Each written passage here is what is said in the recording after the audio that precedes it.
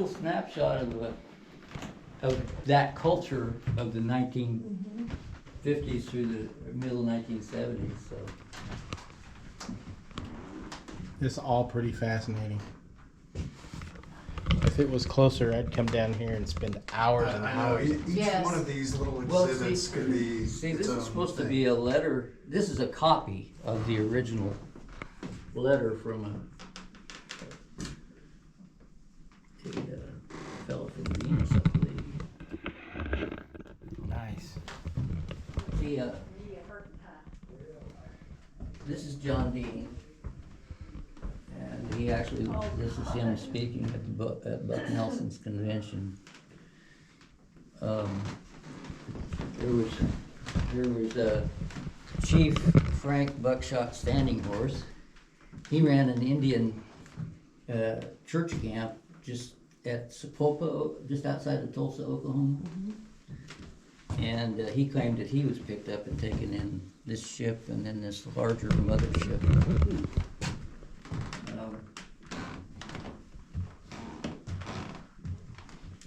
There's kind of a mysterious character. James Hill, he's the one that, well, he lived just west of Springfield, Missouri, and he claimed that they would visit him, and they left this pup with him that was from Venus, and then later on he had a second dog. First one was Queenie, and the second one was King, and at those flying saucer clubs and at the spacecraft conventions, he would peddle hair from the dog from Venus. So we've got, that's King's hair there, and over here we've got Queenie's hair. Hair from a dog from Venus, you don't see that every day. No, you sure don't.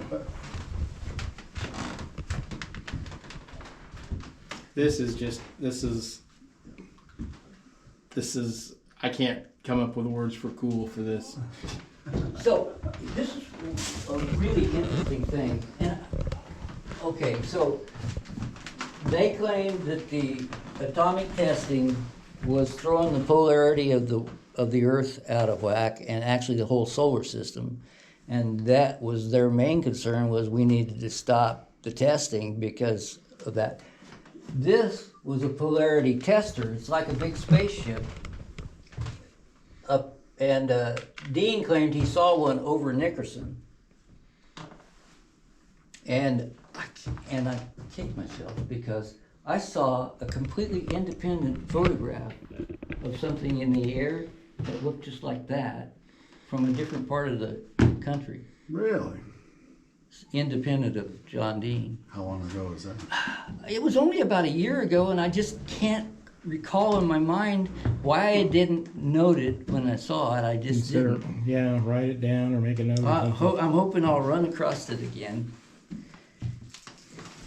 Yeah. And actually, so Buck Nelson was actually investigated. That's the FBI file. They republished it here a couple of years ago. Nice. And it basically says everything that we've got on our walls, you know. So it's, but the FBI checked him out at least. Well, they checked everybody out, 'cause everything's a threat. Yeah.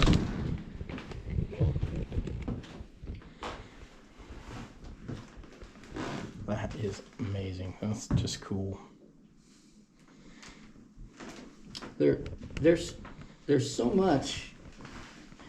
I could probably spend a good 10 years of my life just Researching Everything in this room researching. as is. Well, yeah, just this room, but researching the publications that were put out from 1950 forward to the middle 1970s, which would be this time. And you know he had to read every single thing in here, probably multiple times.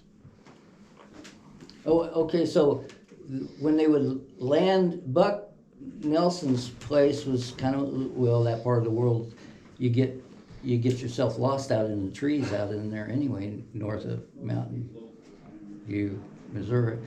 They would land on his place, and there was a spring there that they liked to collect the water from his spring. And when Doc was there, he collected his own water. That water is probably, it might have a year on there, I'm not too sure, but probably about 1960. And no sediment, I don't see anything in it.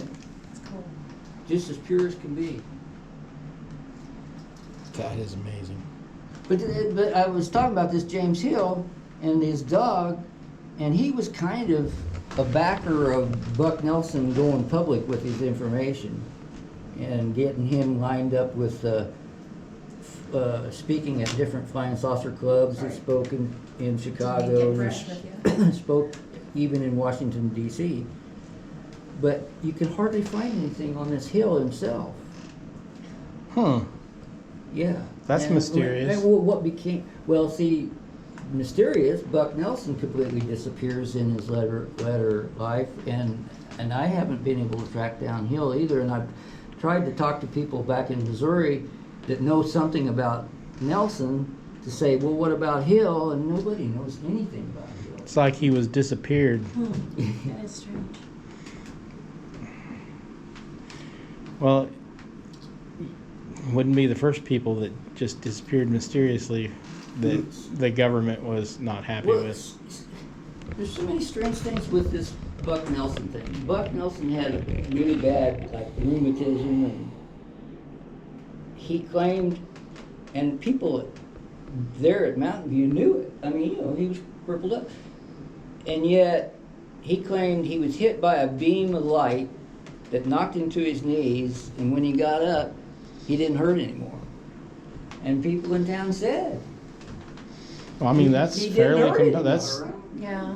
But then it caught up to him, and by the middle 70s, John Dean went to visit him, and he's actually being taken care of just right outside of town by a friend, and he's crippled up again, and he told John that he was depressed. He said, I don't think, they had told him they were going to come for him and take him back to Venus.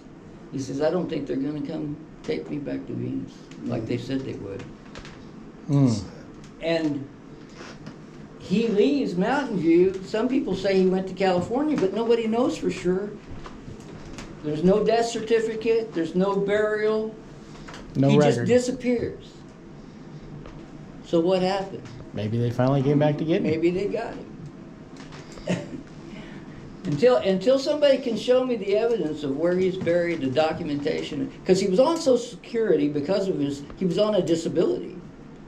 So there's got to be a record, and he just kind of falls off a cliff when it comes to his death. Yeah. They really wanted to hide, if it was the government, they really wanted to hide something, they would make fake ledger notes of where they were paying him, Yeah. So that makes you think he disappeared for real. So, well, yeah, see, this is his little booklet that he put out, Buck Nelson. And, I'll have to see if I can find a copy of that on eBay.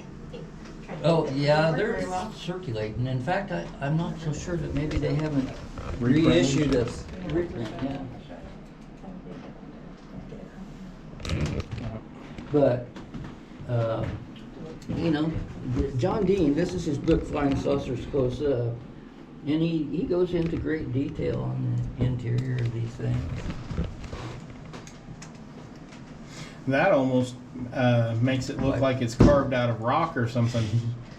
Well, Which actually, a lot of scientists have talked about that being a viable way to make an interstellar, is to hollow out a rock. Because the natural shielding it give you from solar radiation. That'll work. So well, you see, that's like a mothership. It's 2,000 feet long, yeah, and that one's 3,000 feet long. And then see, there's the hangar for these smaller ships. Right. So that's pretty fascinating. Yeah. Yeah, exactly. For sure.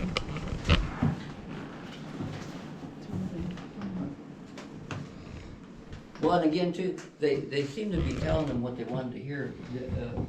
These guys, Dr. Jansen is a minister, Chief Standing Horse runs a Christian school, and they're told by these, what they call space brothers, that they had 2 extra commandments. They had 12 commandments, which were, but it was basically the 10 commandments with a little extra detail at the end. And they claimed that, Jesus was part of their brotherhood or whatever. And this goes into a little bit about place too, about a place on Venus that's supposed to have to do. But again, it's like they're telling them what they want to hear. Well, you think about it, if they want to get cooperation, but they don't want to freak anybody out. I mean, the U.S. government's done it. Why wouldn't they? Yeah. We'll just tell you what you want to hear, and you can help us out a little bit. And